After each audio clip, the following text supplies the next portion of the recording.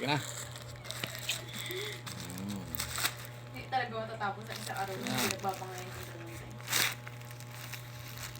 Hello guys! Ngayon ay magbubukas na uli ako ng parcel. At tayo po ay bumili sa online ng mga toothbrush. Yan. Kasi wala nang oras pumunta sa physical store dahil may trabaho. Ayan. Nag-check out na lang ako ng toothbrush. O, yan, 'di ba? Wow. Alam nyo ba kung magkano ito? 6 na piraso ito. Tsaka ito ay 6 na piraso din. So, 12 ano na siya? 12 pieces na siya. Halagang 75 pesos.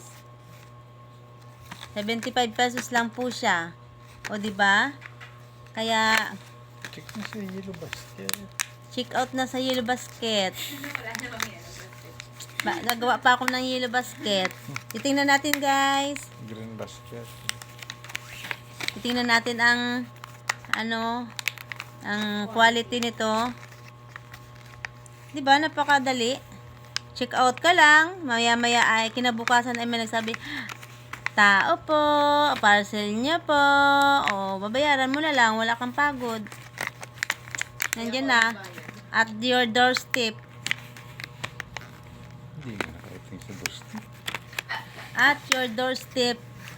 75 pesos lang. Bayan, hirap-hirap ng mama ko. Kailangan mag-gumba. I need gunting. Slupid po. Tingnan mo guys, titingnan. Ang lambot daw kasi ng mga brittle nito, brittle. Tama ba ang pagbigkas ko? Brittle? Brittle? Whatever. Nagrereklamo na kasi yung aking anak na lalaki. Mama, bilan mo na ako ng toothbrush. Sabi ko, wait lang, mag-check out muna tayo. O, diba? Sa halip na, bili doon, hindi. Check out na. Oh, wow!